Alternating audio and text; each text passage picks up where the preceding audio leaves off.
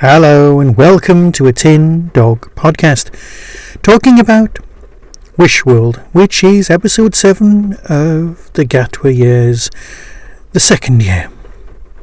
We've got one left before we're done with this whole season/series of Doctor Who.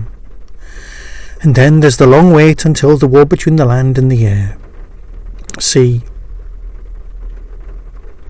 Doesn't matter. And, of course, I'm guessing this time next week, or possibly the week after, we'll get an announcement from Disney, one way or the other, about whether they're bothering to pay for some more.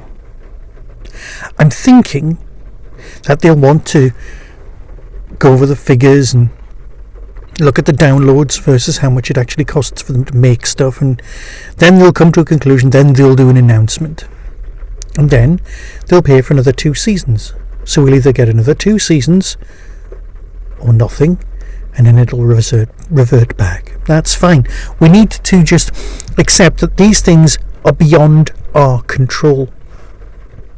It has been pointed out that every time the Rani appears, it's a bad omen for cancellation. First the hiatus, and I know that word still freaks people out, and then the long, drawn-out darkness of the soul. It usually happens a year or so afterwards, but that's fine. Okay, let's look at the notes. Surprisingly, I seem to have 2 full pages of nicely coloured-in notes, which came as a surprise to me more than it will to you, because I didn't really think I had a lot to say. It's doing what it always does with an episode, a penultimate season ender episode. It puts all of its cards on the table, it sets things up nicely, it reacts very much like one of those old-fashioned part 1s, where it asks a lot of questions, and then it goes, here's the questions all laid out on the table before you, we'll deal with them all next week. Do you promise? Do you though? Yeah, I promise I'm going to deal with every single one of these questions and give you concrete answers to absolutely everything. Just going off the way things have gone in the past, that's not going to happen? No, you're completely wrong. I will deal with everything, and I promise. We know that's not going to happen.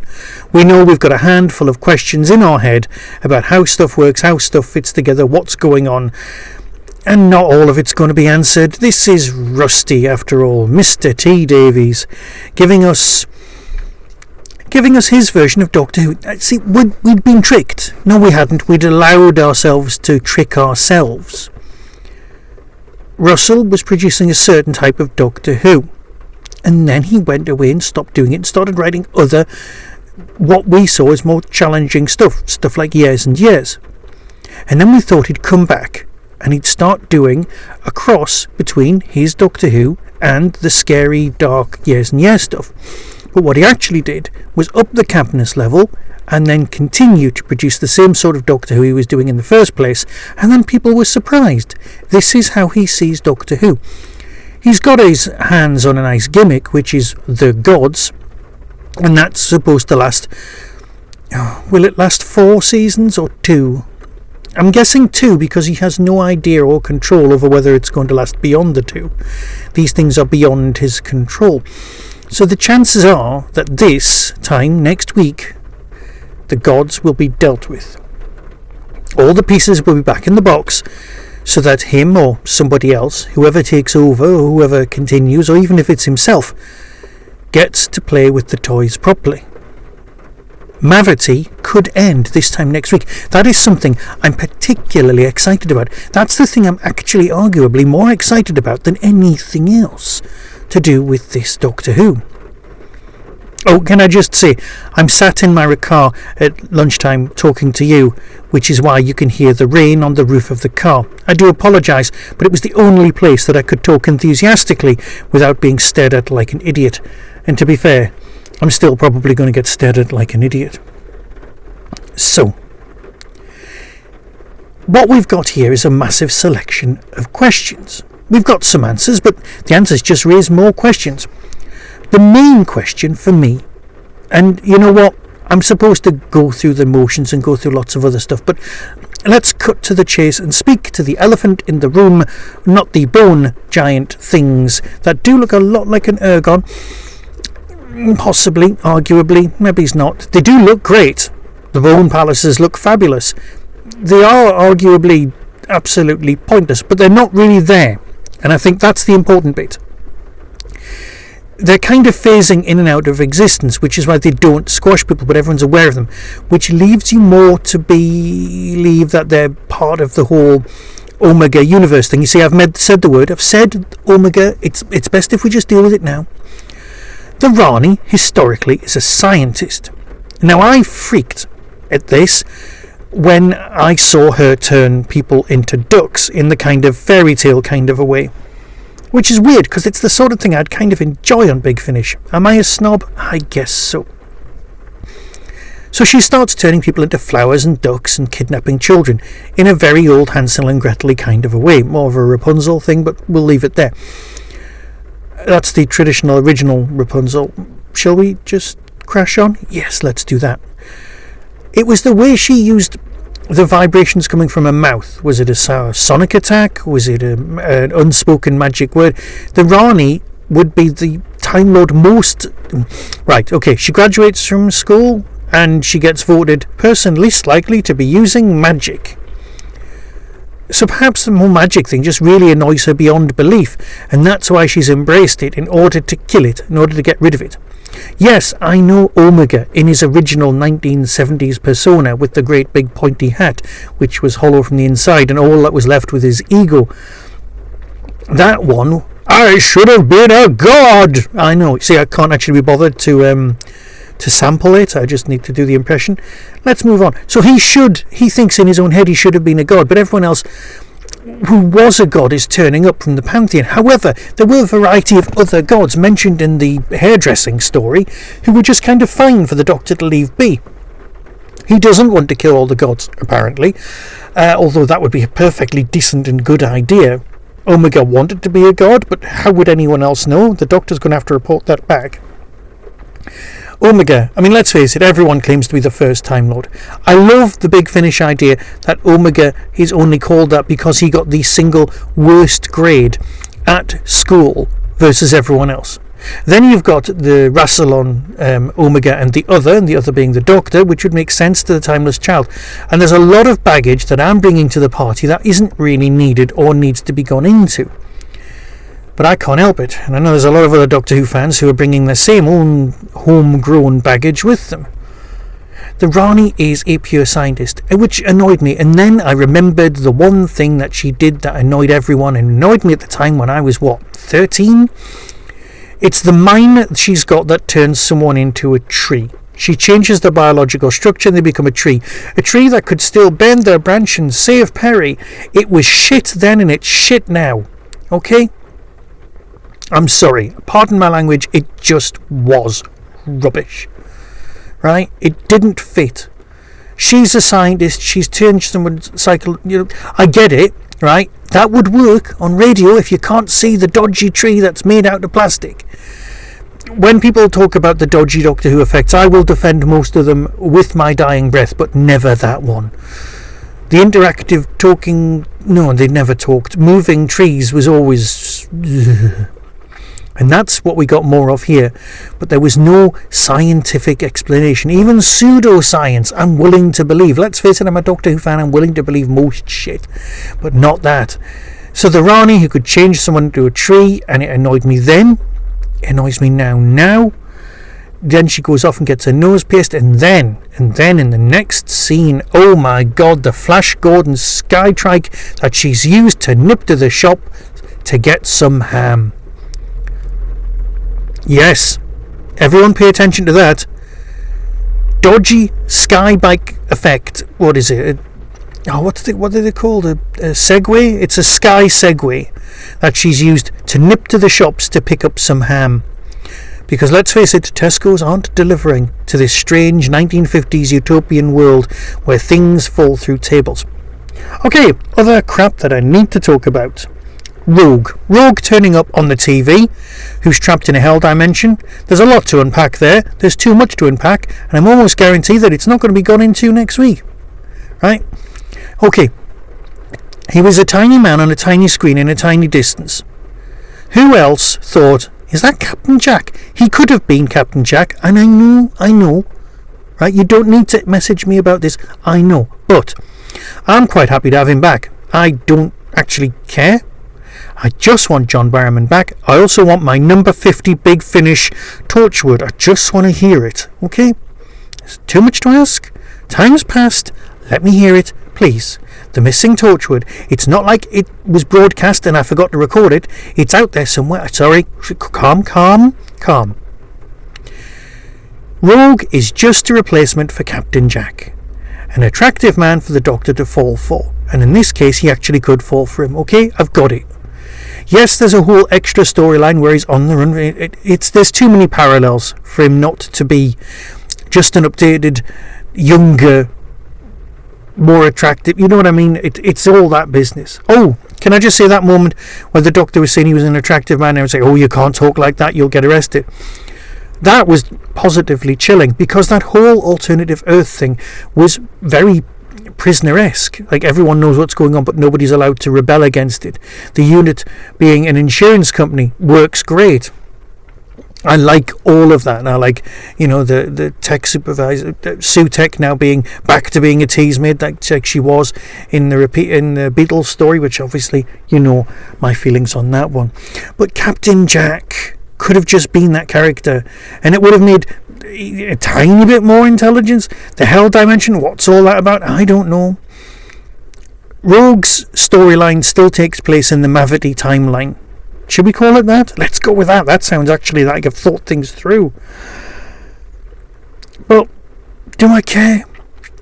Now, can I just think, does the Meep story take place? Yeah, so the Meep story takes place before Mavity. So when the Meep's talking about the boss, they've got absolutely nothing whatsoever to do with this storyline. The Rani picking up the tooth, I know people out there have compared nail varnish colour and hands and all sorts. So that's fine, except of course it probably would have been Mrs. Flood, or would it have been the current second to Rani? Yeah. So, shall I finish about the Omega business? Why would the Rani, whose interest is in biology, okay, she wants to use Omega to bring back Gallifrey and the Time Lords, which at this point puts me on the Rani's side, right? Because the Doctor's forgotten who he is. Now, okay, what she has to harvest is doubt. Takes you back, okay? She's harnessing a side effect of something that she's trying to achieve in order to make it work. It's the City of Death. It's the side effect of the time travel experiments is something that the Count actually wants to expand and make bigger. And that's what's going on here. She's created this universe involving a podcaster's lies to make things... Oh, why is India being mentioned so much? I'm guessing that... Would she be from India or Pakistan? Or is it, India as in the continent? Is that where Belinda's from? Well, she's not. She's from London, but you know what I mean. Is that where she's descended from? Is that the points they're making? The Calico thing. Why is he living at number 11? Not 15, or does that just not? Does it go up to 11? Is it another nod? Or am I reading things in? Am I seeing patterns that aren't there? Probably. Why bother to bring back Omega? He was just a tantruming a big person. He's going to need a body to get into. Are they going to put the body into thing, or has she managed to make a new body for him? Is that the point? So Omega can live in this universe. We can put the ego and the intelligence into a new body with a new set of regenerations. Is she going to nick those off the Doctor? But why bother to chuck the Doctor off this building if that's the point? Because let's face it, and blah blah blah blah blah blah blah blah blah. Too many questions. And we're not going to know the answers, because next week we've got 66 minutes of me going, what, eh? And then it's done. I haven't even told my family that it's a longer episode than usual. I was in Manchester having a perfectly nice time with them all, and they actually turned to me and said, well, we're in the hotel room now, we could watch Doctor Who. And I'm like, well, we could, or we could just continue having a nice time. See, they feel obliged to watch it with me, and I'm the one going, we don't have to. Seriously, it's fine. Maybe I should have taken my own advice from last year and started with Buffy or The X-Files or something with a nice rewatch. More people would be interested in listening to me, and I'd keep going with The Big Finish. The Big Finish reviews make me happy. They genuinely do. I had a lovely time with the recent War Master, with all of those. Oh my god, they're so good. The new Colin Baker story is great. I've got Hooklight looking forward to. All of those things I'll be reviewing and coming back to and having a lovely time. But these TV Doctor Who's just provide me with too many questions. Everyone's saying, "Oh, TD, just make the landing. Make the landing." Well, I'm guessing that's a sports thing about some sort of gymnastic-y thing where you have to like do a pirouette. You're talking about sports, and then you have to land and go ta-da at the end, and that's what you're expecting. So why harvest doubt? That was where I was at, looking at my notes. Does doubt proof denies faith, and without faith I am nothing? No, it's not that. It's what is the importance of doubt? Does doubt create the need for gods? Does doubt destroy gods? How do you even mine doubt? Where do you store it? What's the magic clock guitar thing actually supposed to be doing? I know she was explaining it, but it just sounded like wah, wah, wah, wah, all the time. I just don't care. And I wish I did. And I'm supposed to be saying really positive things. This used to be such a positive podcast, and it just isn't, and I'm so sorry. I'm really sorry if you've been with me almost, what is it now, 18 years? You've been listening to me? 18 years I've been podcasting about this sort of stuff, and I'm sorry. I can't even read my own handwriting. I do need to say, Mrs. Flood, you just know it's all being set up so that she's going to stab him with the sandwich bread knife, so that Mrs. Flood can go on and be the Rani elsewhere. So the new Ranis will be destroyed and they'll probably end up at war with each other. She makes a bad assistant. And I know there were some lovely moments. That's the problem. We've been provided with some absolutely gorgeous looking or gorgeously delivered moments through this whole season. Right? We really have. We're the business with the disabled encampment, with the drag queen and all those little looks in the background. All of that business is great. Right? It's really nice. The business with the 1950s, the waking up in bed like Morecambe and Wise, all of that, right? Some nice moments, a whole Prisoner-esque feel to everything. Again, you know I'm going to like that sort of thing. It's just when you put all the pieces down on paper, you sort of sit there going, what am I watching now?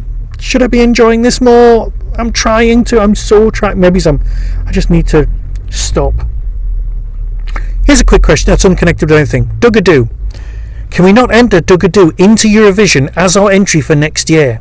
Seriously, I can't see it being a problem. I've thought about it, I've looked into it, I can't see any of these things being an issue. Dug-a-Doo as our entry, genius, it's a puppet, they'll vote for it. Obviously Dug-a-Doo's real. Okay, I'm not saying anything else, but you could just do it as a puppet. Hell, hire Bernie Clifton inside a costume, it'll work. No, it would be brilliant. Dug-a-Doo, absolutely catchy. Release it. Done. We've won Eurovision. Or perhaps I'm just going down a rabbit hole. Let's look at the notes. India being referenced. Make the landing. How do you judge the first act of an Act 2 play? Well, how do you do that? Oh, look, it's the bloke from Lucky Day. How exciting. Omega. Have we reached the bottom of the barrel with people to bring back? Is there anybody left? Why bother?